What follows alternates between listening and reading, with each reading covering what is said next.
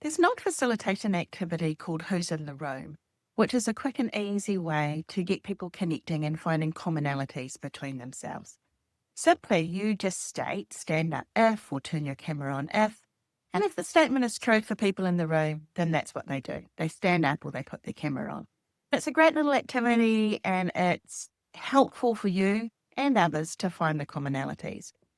But I think there's a little tweak we can make that makes it even more powerful.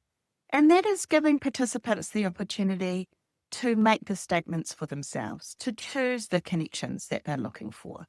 So this little activity is called Cross the Circle. And to set it up, you invite participants to stand in a circle with you in the centre.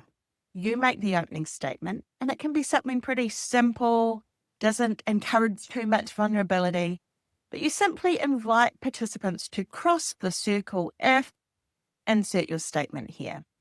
So it might be cross the circle if you arrived on public transport today. Anyone who came on public transport leaves their space, they cross the circle and they find a space on the other side. Now, what makes it tricky is that you, in the centre, as people are crossing the circle, fill in one of the gaps. You take one of their spaces, leaving someone else to be standing in the centre. Kind of like musical chairs when we were kids. Then that person, now standing in the circle, gets to decide what connections they're looking for. They get to make up what statement they make. So cross the circle if, and they can insert whatever's important to them.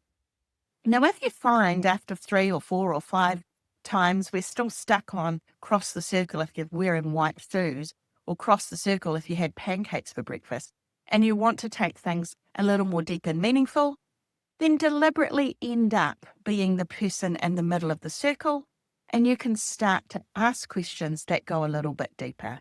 Participants then will follow your lead.